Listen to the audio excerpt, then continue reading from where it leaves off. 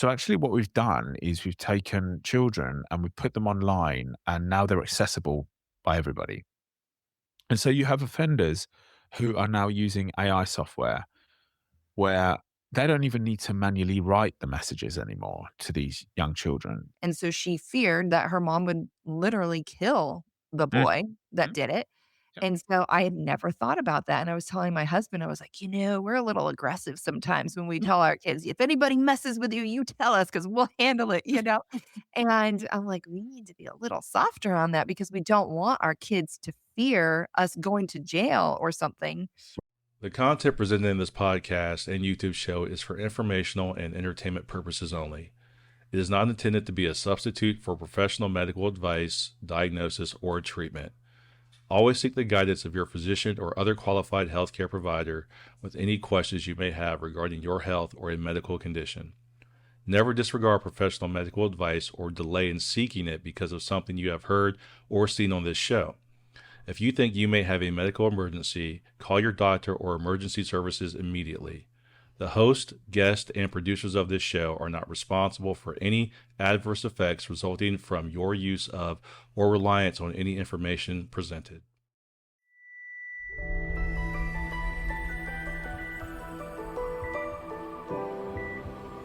Andrea, can you hear us?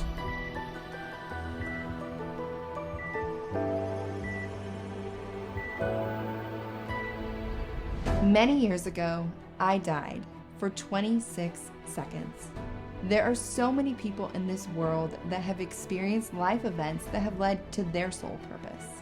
Wake Up Your Soul with Andrea will bring you these significant life events that demonstrate how to use those moments for guidance and life purpose. These are our stories.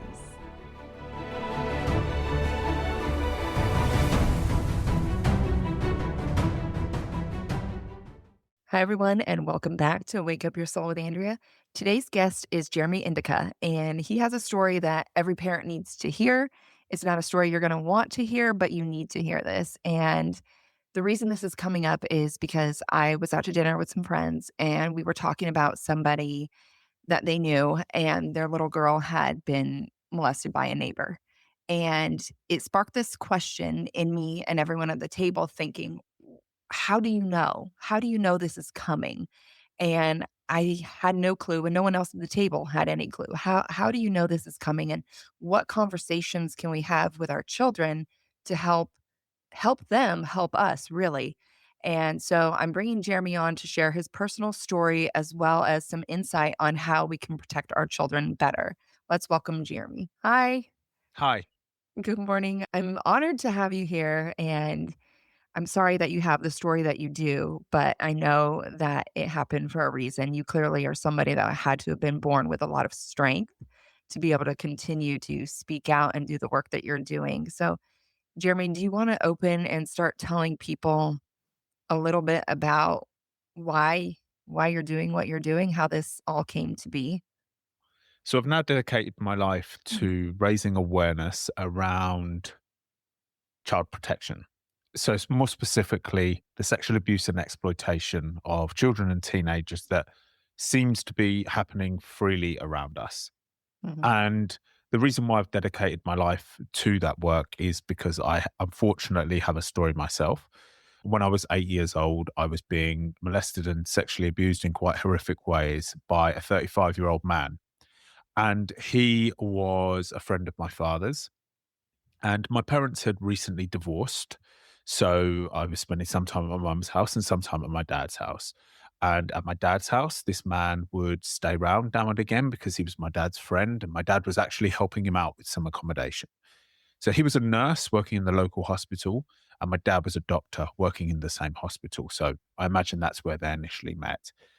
And they would have had a lot in common. They were both from Sri Lanka, the country, they're both from the same country. So they would have had common ground in that way, around the same age. And my dad was completely ripped apart by the divorce. Looking back at it now, it just shredded him into pieces. And so this man must have been like a companion for him. Mm. So I remember that we would play games in the lounge all together, have fun. It feels like those moments were maybe at the weekend because we were up late. And I also remember that he would stay in our spare room in our house. And I imagine that the reason for that is because my dad's job was very demanding, being a doctor, a GP here in England. And sometimes he'd be late back from the surgery unexpectedly, or he'd need to work overnight unexpectedly, like be on call overnight, sorry. So Right. he'd need to be called out to emergencies as they arose. And I believe this man would have just helped us out to be there just in case any of these occurrences happen. But as I mentioned, my dad was such a kind-hearted man. So he probably was helping this man out too. Mhm. But this man had ill intent behind closed doors and began grooming 8-year-old Jeremy into doing sexual things with him. Now, it's so striking to hear that, first of all.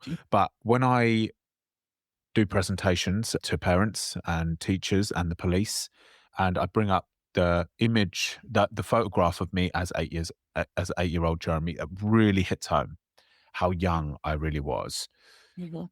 and how he could have got me doing those things with him, and how he could have got me doing those things with him and me not saying a word to anyone.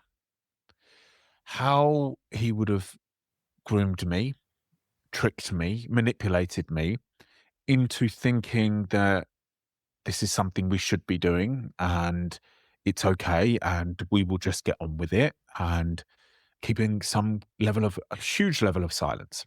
Mhm. Now, how long did this go on for? I'm really not sure. But I have a selection of memories, maybe 10 or 11. I think when I really dived deep into it, there was 11 moments that I remember Mhm. of things that we were doing. And they're quite intense things, quite explicit things. And I feel like this must have been going on for years, or at least a year, because those intense things couldn't have just happened as a one off. There Yeah. must have been some process to get me to those things.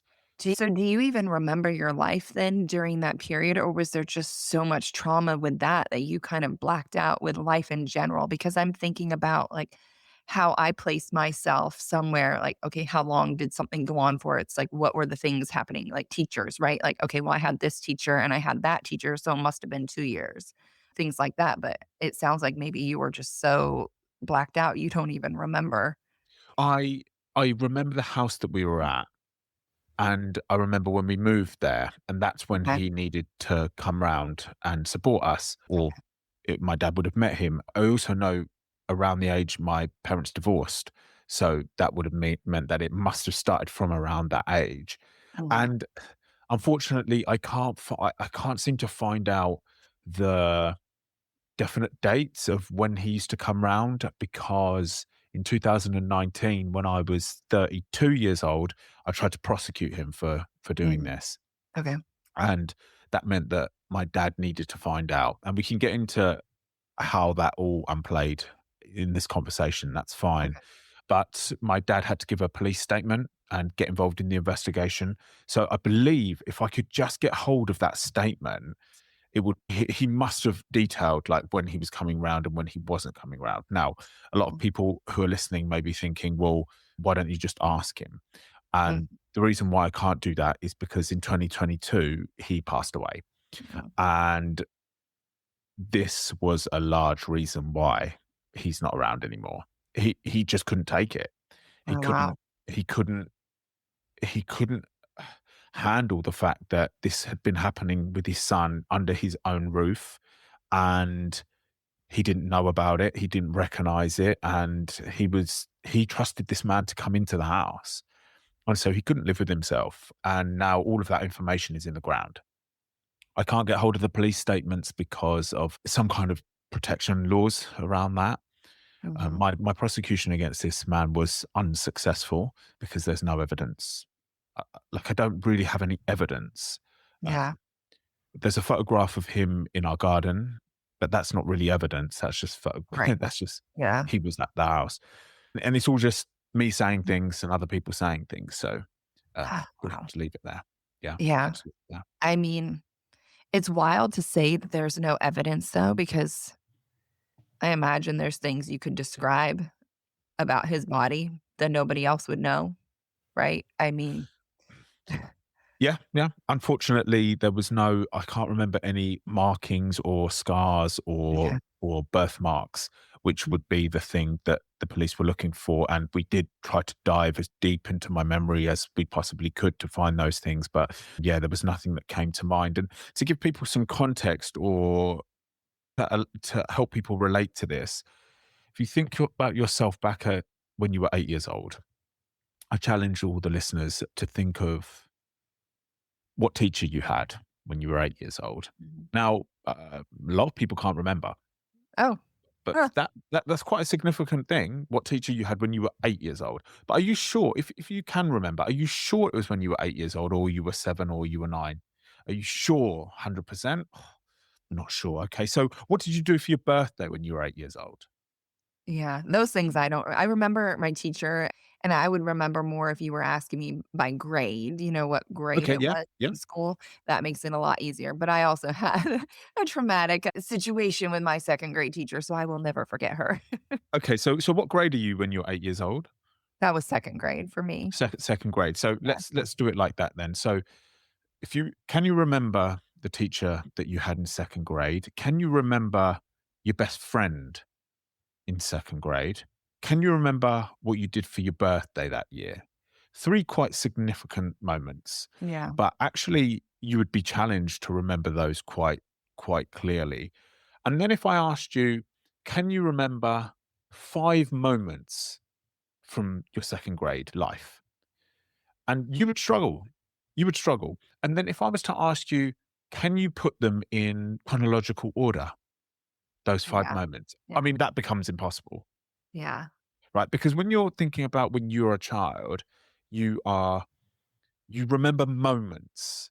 You don't remember really what happened before that moment or after that moment or how you even got to the place where that moment happened. So Mhm. it's very difficult for people who have been abused, who are speaking out as adults, to recall the level of detail that you need to secure a prosecution. Mhm. So this thing happened and things were quite severe. Let's explain a few of these things so people actually have an understanding because the label sexual abuse can mean many different things, Yeah. and people can't even really imagine what that is. They know it's a horrific thing. They know it's a child that's been exploited and manipulated into doing something that they should never have been manipulated into doing. But Jeremy, I so, know you're gonna dive into this, and I yeah, just wanna say because I feel like I can feel where some listeners are like, "I can't hear this, I need to turn okay, this off." No, no, no, I want you to go there, right. but I just wanna say that I can feel that some people are going to be thinking, "I can't hear this, I wanna turn this off," and I don't want them to turn it off, and I encourage them to push through because I can't remember if I said this at the beginning or just before we were filming, but, you know, I just personally, I can't be that person that sticks my head in the sand. Mm. And I feel like as a parent, what is your number one priority? What is that number one desire in your heart? And it is to protect your children. It is. And the only way we can do that is knowledge, right? Knowledge is power. And so we have to hear your story. We have to hear from the mind of somebody that went through it. We have to hear what you went through and what the grooming looked like so that we can understand the signs if our child starts experiencing them because we may not know them. Your dad didn't know them. It was right under his nose. He had no idea. And so hang in there with us, everyone that's listening. And Right. it's very important. And there's a huge why behind why you should hang around for this whole conversation. And that is because if you are a parent yourself, you need to understand the depth of how a child's mind and a teenage mind can work around these situations.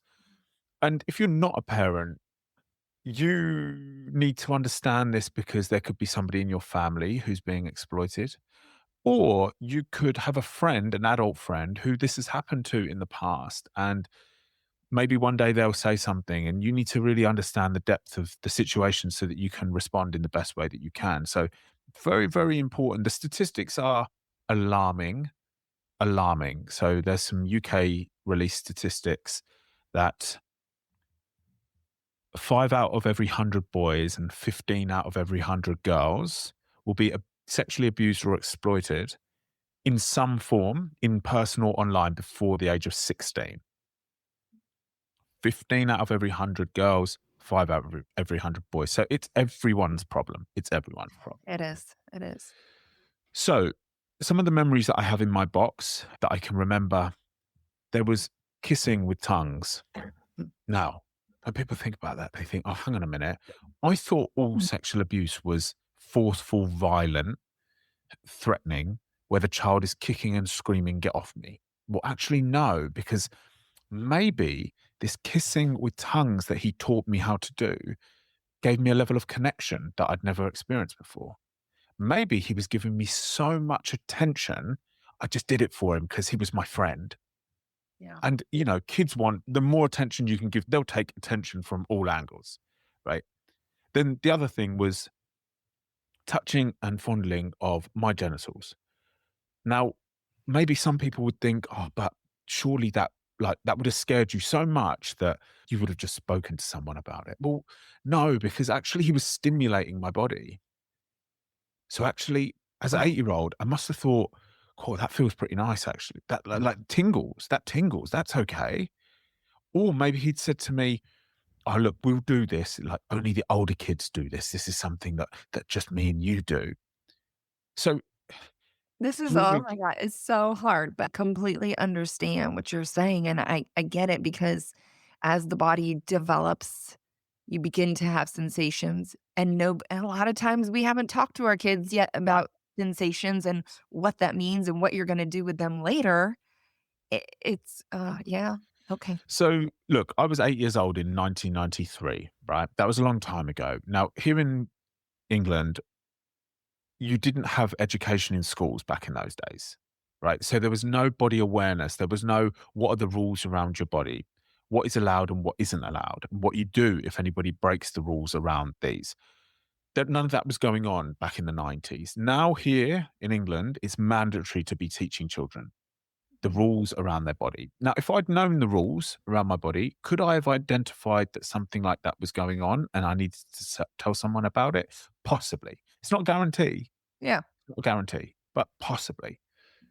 So I have many, many memories like this of moments that were going on, but I just kept the secret. I didn't really, you're just in Mhm. it at the time. Well, And you and you do, were also mm, in the middle of your parents' divorce, right? yeah. So, I mean, that's very emotional and traumatic for a child. And that was on I think it was last week's episode. We were talking about that too, where kids of single moms or even single dads or just obviously divorced parents, right? They're going through something and they are struggling emotionally and they're needing support and they've lost that connection that you have as a family unit and they can often be targets.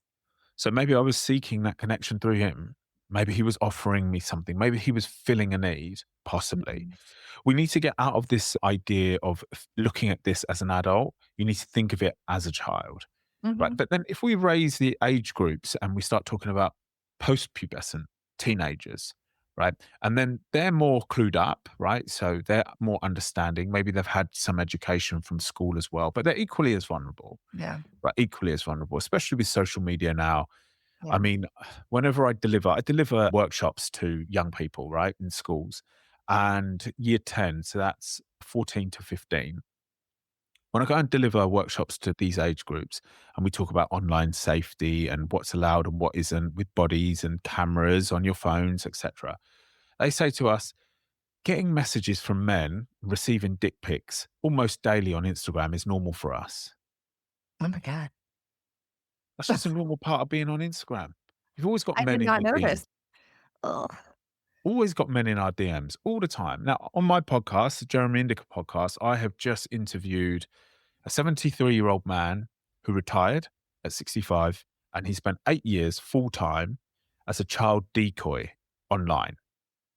So, what they do here, they're called hunting teams here in England. There's 200 of them in this country, unofficially. And what they do is they create fake profiles of children. This guy was creating 12-year-old girl fake profiles. And he puts them on Snapchat, Instagram, TikTok.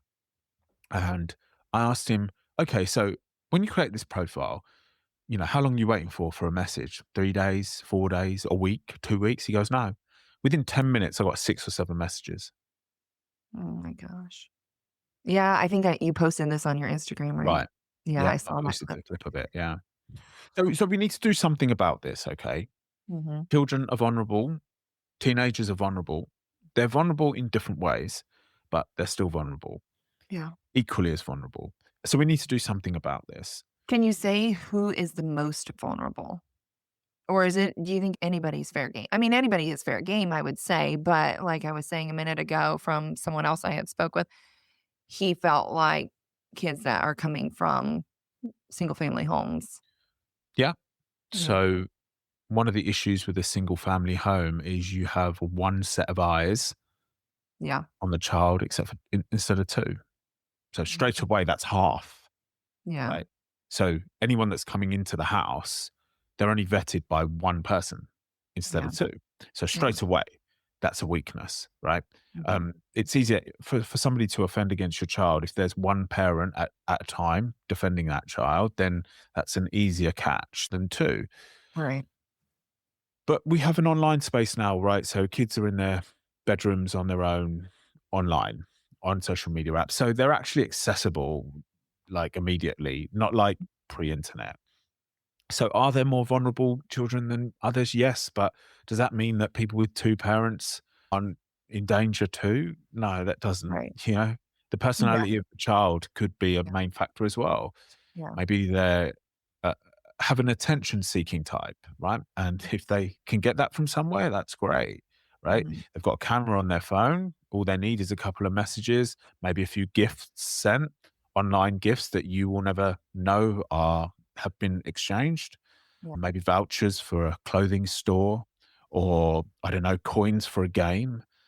And then you can start interacting with a 15-year-old girl, extremely vulnerable 15-year-old girl. Mhm. And you can get their number. You can start exchanging images. You can pretend that you're 19. You've got a car. You've got cool clothes. Let's meet up. Mhm. It's like, it's a very, very scary situation out there. This is yeah, it's hard to hear and it's hard to think about, and your story is like, it hits me extra hard, I feel like, because my daughter is 8 years old right now, and so but I have an even younger one, but I think about it, and I feel like, the more I don't even know if it's the more I talk about it or it just I keep hearing stories of adults that are like, "Yeah, that happened to me when I was younger," and it's a shock. Mm, and more people are speaking out about it than ever before, I believe. I think we're heading in the right direction in regards to Yeah, that. One of the other problems is that we see young children, I mean 8-year-olds, 9-year-olds, they're just becoming more sexualized. I'm talking about in general terms, right? Because they're so exposed to so much more these days. I mean, all you've got to do is take a music video, for example. Let's look at that. So a Nicki Minaj video would have been soft pornography back in the 90s, mhm, but now it's just widely available. And you have young girls following these women who are very, very provocative, right, right, online, and they're copying them. Whereas before the internet and before they had smartphones and tablets in their hands, they wouldn't have seen that material because it's adult material. But now it's all over Instagram. These women have got millions of followers, and these young girls are copying them. And you see it even in the way that they pose for photographs. mhm. And the offenders, they love it. Yeah. Well, and I see it just driving down the street. I mean, now it's not summertime, but good lord, Yeah. in Yep. the summertime, I see butt cheeks hanging out of Yep. shorts Yep. and lots of skin, lots of Yep. skin. I mean, My husband's skirts are always rolled like, up at "Our school. daughter will never dress like that. Our daughter will never dress like that." Skirts are being rolled up at school, like, as short as you can even imagine. Like you say, there's butt cheeks hanging out the bottom, right? Yeah. So the world has changed. The world has changed. We need to counteract that. We need Yeah. good communication in homes. We need good education. We need confident environments. Do you think that we can keep the provocativeness in music videos and magazines and fashion, the short shorts and the crop tops? Do you think it's possible that that can exist as well as a safe place for children? That can exist and should be okay to exist, but as long as that it is landing on the people's desks who are old enough to view it, Mm, but it's landing on 10-year-olds' desks. And they go onto the profile and they see this millions of views, millions of followers, and then they aspire to that. mhm, And that's where the issue is. The internet is a free for all now, mhm, right? There's no, whereas like pre internet, to see adult content, you needed to wait late at night to see it on TV. mhm. But now you can just search and select. It's a free space. So you would say then we need to dial it back as far as what the kids are being exposed to or what they're looking up to. The people that are trying to have their target audience be young children, then would you say they need to be more on the wholesome side? I think we need to safeguard children better, Okay. right? So we are just about to, I believe it's going to happen. We're just about to have a ban on social media for under 16s. I mean, why wasn't this done 10 years ago? Yeah. Social media is a drug, right? It hits the dopamine levels. Us adults can hardly keep off it. You post something for the next hour, you're constantly opening it, seeing how many likes you got. Right. So imagine how terrible that is for a developing brain. So we Mhm. just need to safeguard children better. So I just posted, Okay, so even yes, please. if it doesn't happen, would you say that's the number for you? The age is 16 to keep your kids off of social media and what about all the games, the Roblox and the things like that? I mean, I'm very against that personally. Hmm. I will not let my kids go on some sort of platform where there's even the chance because if they know about it, believe me, when you're turning your back, they're going to be trying to Yeah. communicate with Yeah. strangers and do the things that they're hearing their peers do. Yeah. So I think social media should be for over 18s, just like alcohol is in England where I'm living, just like smoking is. Mhm. It should be for over 18s. It's an adult thing, right? It shouldn't be for a developing brain. Children is keeping children hooked to their smartphones. Like you can't avoid smartphones, Yeah. right? We just need some safeguarding measures. You know, things like Roblox, things like the FIFA, things like Call of Duty, they're all now played in an open space where you're communicating with the general public. So actually what we've done is we've taken children and we put them online and now they're accessible by everybody. And so you have offenders who are now using AI software where they don't even need to manually write the messages anymore to these young children. So they will just create a program. This program will target, write the message according to the age, what that child is into, and they'll send 1,000 messages in one click. And all they need is a couple of responses, Mm. and then they continue going. That's frightening. Yeah, it really is. It really is. I'm curious your thought on this because I'm listening to this and I'm thinking for kids going online and playing with strangers and communicating with strangers, do you feel like that's an immediate sign that they're seeking some sort of comfort or just interaction? Like kids crave interaction, and why would they go online and play with a stranger if they had enough attention at home? Is my thought. I don't think it's a sign. I think it's their world. Okay. Okay. Right? So That's fair. playing on Xbox Live, that's just it's an That's what they do. incredible as far as a gaming perspective, that what they've done is incredible. Right? You're not just playing against the computer anymore. You're playing against 50 other people on Call of Duty all around the world and you're all competing. Like as far as gaming goes, that is phenomenal. Yeah. But for under 18s, it's not safe. Yeah. Like it's just not safe. But it's their world. So Yeah. you know, but they know the rules. They know the rules. They know not to talk to strangers. They know not to accept any friend requests from strangers. They know not to give out their mobile phone number. And lots of them will stick to those rules, but not all of them will. Yeah.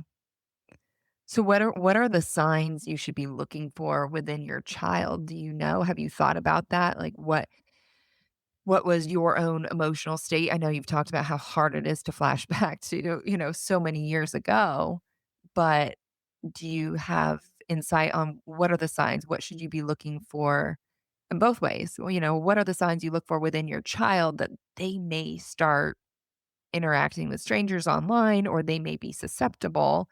And then vice versa, what are the signs that somebody might be grooming your child? And I'm curious. Sorry, this is a lot of questions all in one. I'll ask again. But, you know, like that conversation I had with friends, we're sitting there wondering, well, what can we tell our children so that they can help us? Like, tell mommy if somebody says this to you or does this to you. Like, what are the things? Sorry, that's a lot of questions. It's all good. It's all good. So, unfortunately, there's no magic answer to this because often there aren't any signs. Okay. So, there are some From common the signs child, from the child's from the perspective child. No, there aren't any signs that we can see in the child in the all the child. time. Okay. So, different children will react differently to different situations. Okay. So, the way to explain this would be, let's take two siblings, right? So, brother and a sister, or two brothers, let's say, two brothers in a family, and their parents are very strict and they want the best results from school. Otherwise, there's trouble at home. They put a lot of pressure on these two brothers. Now, one brother is going to thrive in that environment and excel, but the other brother is going to rebel against that because they don't like it and spiral out of control. So you have the same approach for both Mhm. brothers, but two different characters, and they're going to react to that situation completely differently. Now, I believe that a sexual abuse situation is no different to this. So you could have two people in a sexually abusive situation, exploitative situation, and one is going to be able to hide that and keep the secret very well, but the other may spiral out of control, and we'll be able to see that in their behavior straight away. Now, what is the behavior, the common signs that we're taught to look out for? Mhm.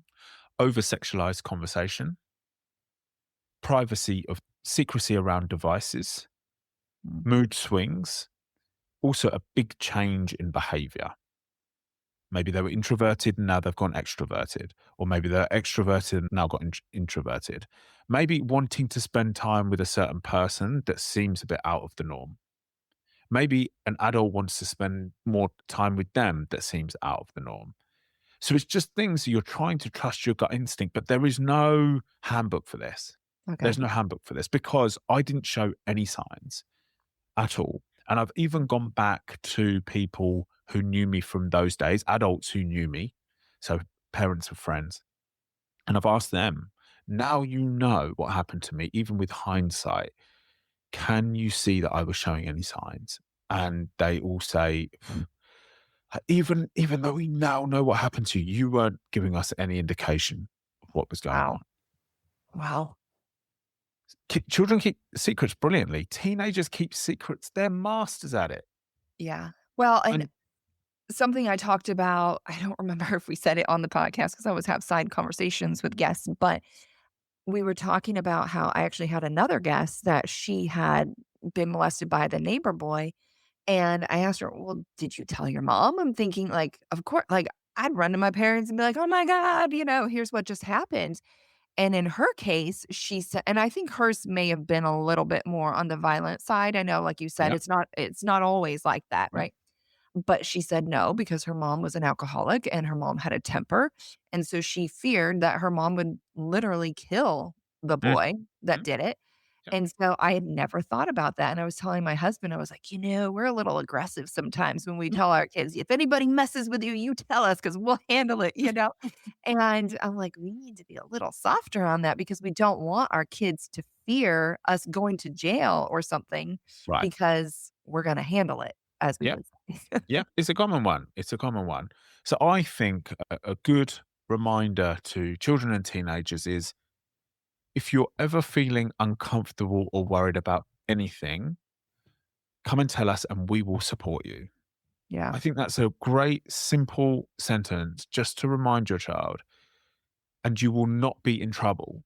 Come and speak to us, right? Because let's take the 15-year-old girl, let's take a 14-year-old girl who has been messaging a 19-year-old boy and they've been doing things together and he's now pushing for sex and she's actually really worried about it. She's only 14, he's 19, right?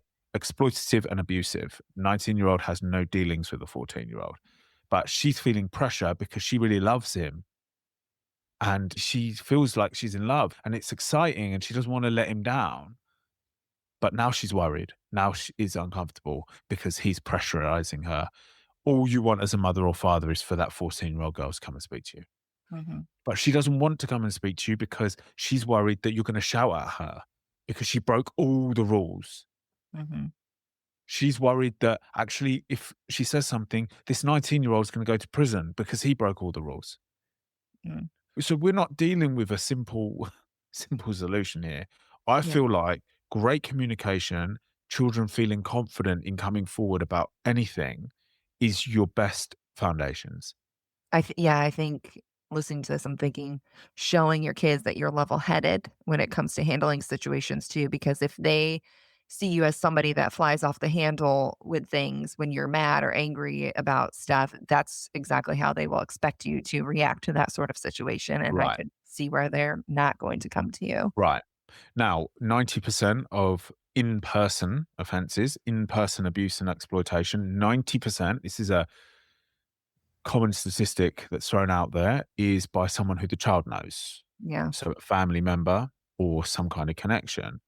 Now, let's say it's the father's best friend, like in my situation. Now, why would the teenager or the child not say something about that? Well, it's my dad's friend. I don't want to get them in trouble. I don't want to be in trouble. I don't want us to break up. I don't want to break up the family. Will the police be called? Will I get taken away into care? So this is where it's really important to think Were about the it. Jeremy, were those your thoughts? Was that why you didn't I say don't anything? remember. You don't remember why you didn't say No, anything? I don't remember why I didn't say anything. Like, I knew I needed to keep it. I knew it was to be kept a secret. That's why I kept it a secret. But I don't know. Maybe Is that what he told you? Do you remember that well, I much? don't. I Or don't remember either. I just don't remember. I just know it was kept secret. I don't remember. I don't have a moment in my mind where he explicitly told me to keep it a secret, but he may have. is the man still alive? Yes, he is. So he's around 60 something now. He's got family, wife, 2 daughters. And he's never obviously, I guess, reached out to you or No, anything? no. Yeah. So I obviously tried to prosecute him and couldn't. I had messaged him online before I called the police asking him to come and meet me. He wouldn't. And once the prosecution was over, around a year later, I need to check my dates. I just got so angry that he denied it. And I wanted to send a shiver up his spine to let him know that if he's still doing this to more children, then he better think twice. Ooh. So I actually ended up finding out where he lived and I went and knocked on his door to confront him. And he answered the door. He literally couldn't believe it, and nor could I. And he went to slam the door shut, but I managed to hold it open and I started saying everything that I always wanted to say to him. What did you say? What the hell were you playing at making me do XYZ to you? Yeah. Why were you so aroused by an 8-year-old boy? And I was being very explicit about the detail. And he was screaming over me, trying to drown out my voice. His wife was in the background calling the police. And the police arrived and they pressed charges against me. Mm. And I was taken to magistrates court and prosecuted. So, I mean, what a horrible twist to the end of a story. He will And have it coming, I'm sure. infuriates everybody. Yeah, I mean, has he done it to more children? Was I the first? Was I the last? Was I the only one? Yeah, Probably not. probably not.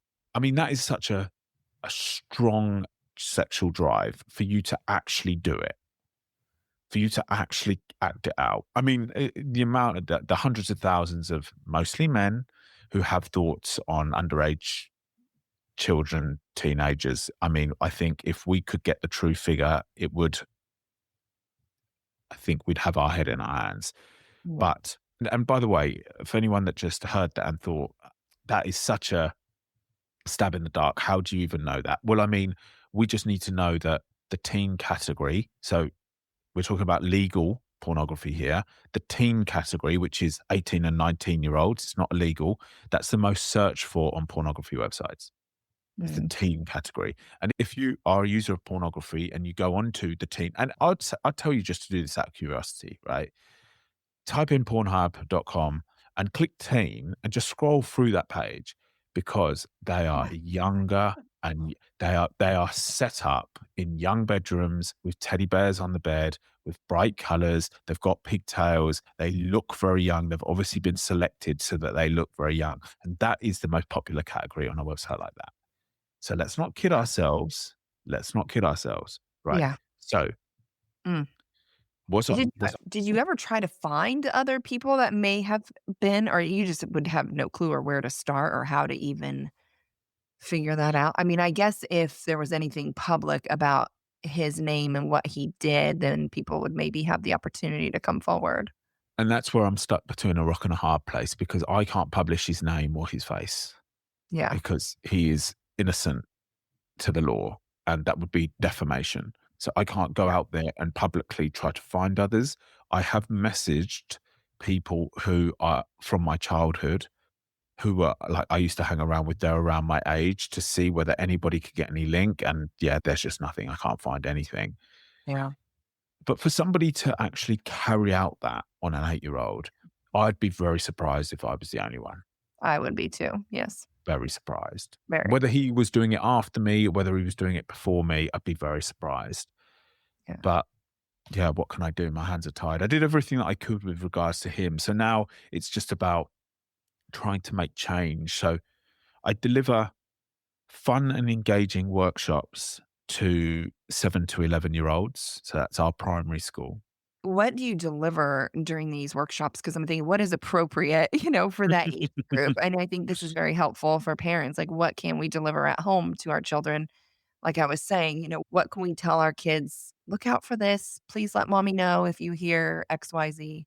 Yeah. So with the 7 to 11-year-olds, I run a gaming analogy. So there's 5 levels to the game, and we need to progress through each level to get to the final boss. So as soon as I introduce it like that, they're just so excited, right? So we play games. We play games at each level, and these games incorporate the education of the no-go zones on your body.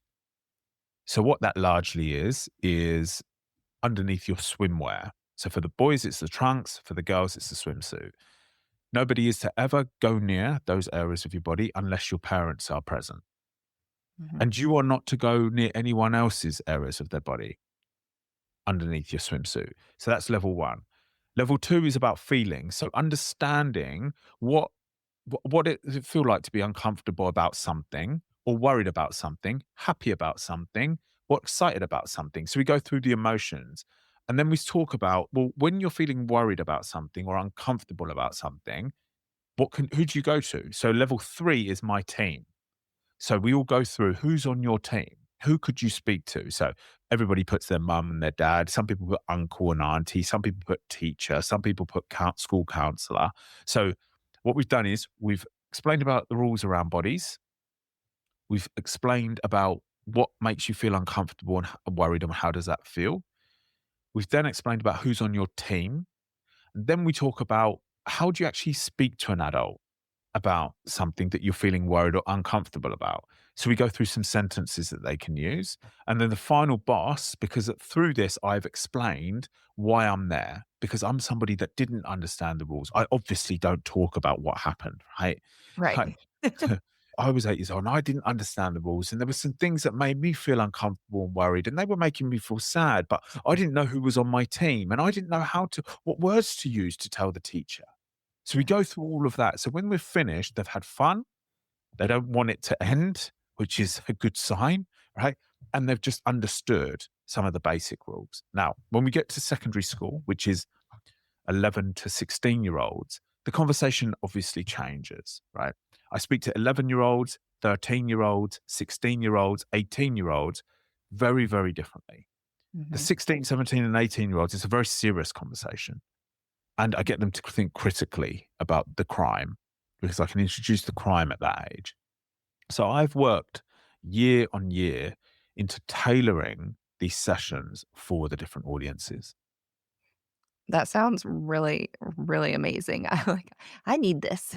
I need this for my child. I mean, just hearing that, I'm like, okay, I've got some ideas of how I'm going to have some conversations now with my kids.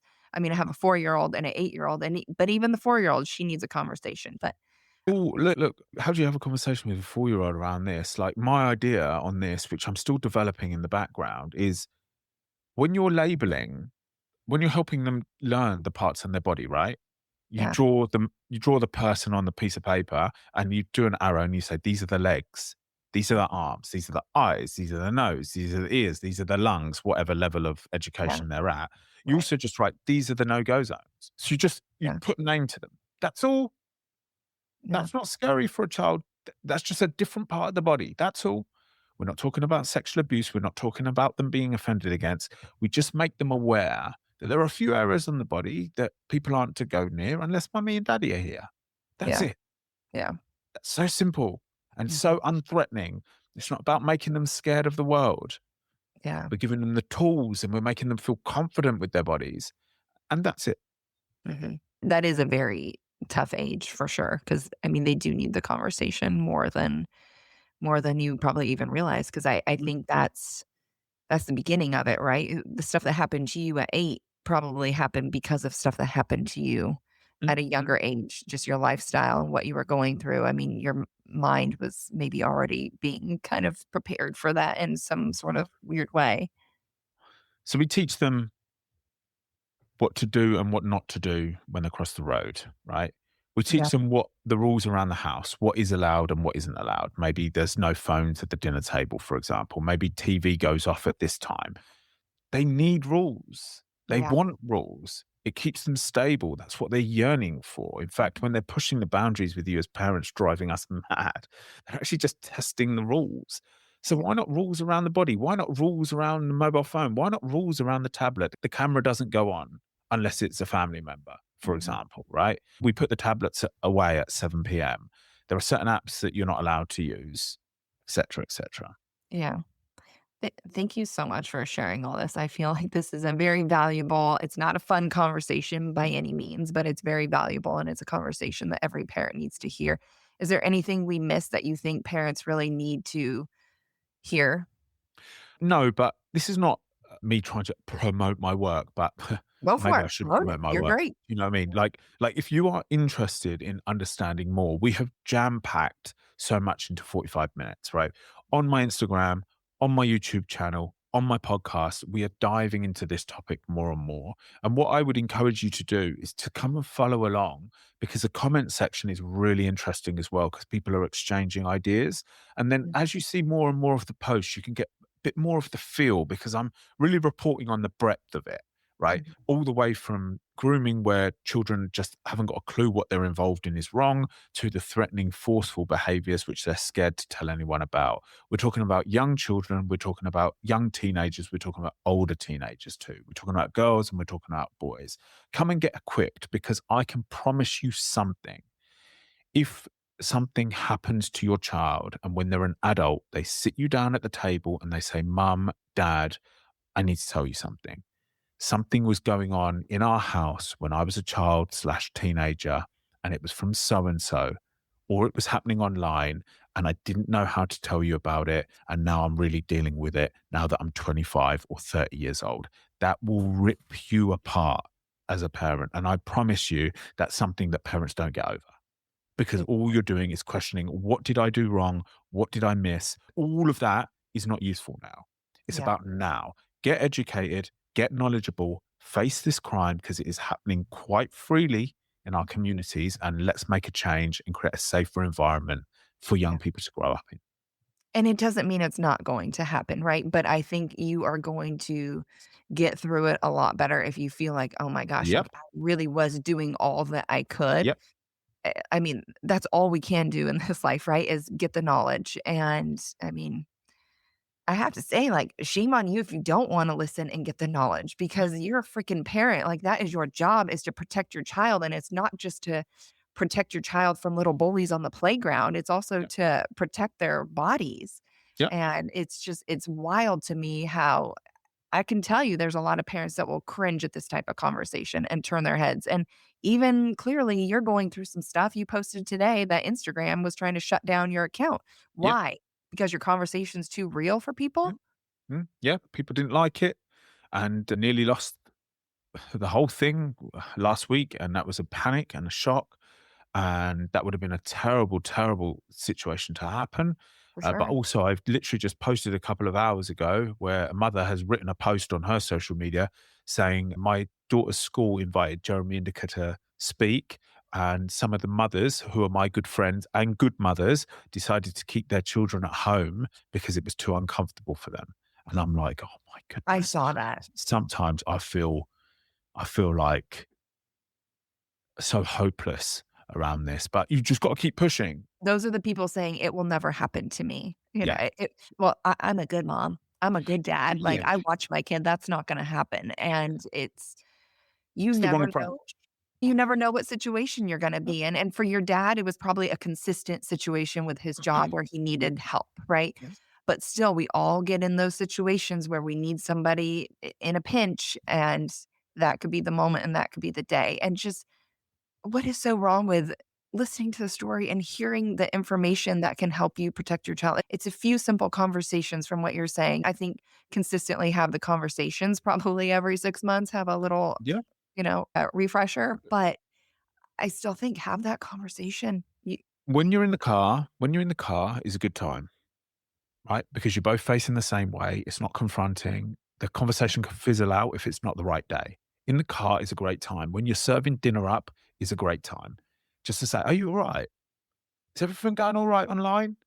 Is there yeah, anything we need to chat about? If there ever is anything we need to chat about, I am here for you. yeah, yeah. Jeremy, where can people find you if they wanna connect with you or the resources that you offer? So I encourage you to go to my website, first of all, jeremyindika.com. But if you are using social media, just Jeremy Indika, Indica spelled Indika, and you'll find all my work there. Okay, great. Thank you so much for being here. I really appreciate it. Amazing. Thank you.